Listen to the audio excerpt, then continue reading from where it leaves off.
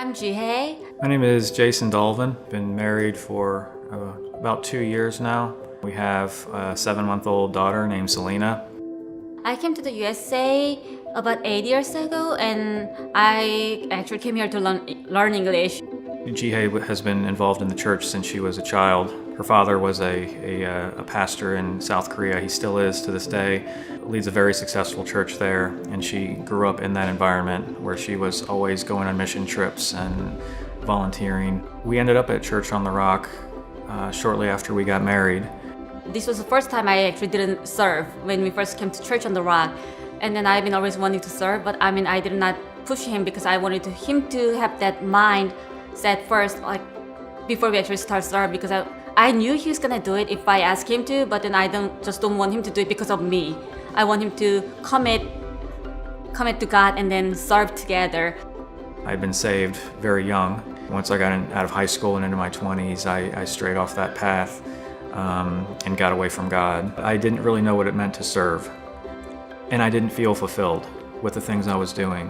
When I came to Church on the Rock, for about the first year, I attended and I took notes and I listened, and I just took it in and learned.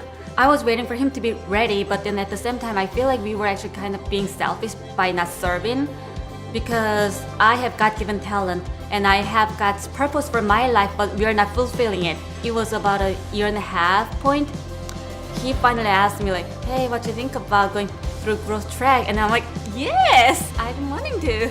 So that's how we actually took the next step together. It was really big step for both of us to take the next step. Serving is something we're all called to do, and you can't serve from your couch, never using your skills and your talents to try and help anyone. Getting involved in the church has allowed me to feel the fulfillment that I had been missing before, which is now I feel like the things I'm doing are making a difference. They're impacting the world in a positive way. They're helping people.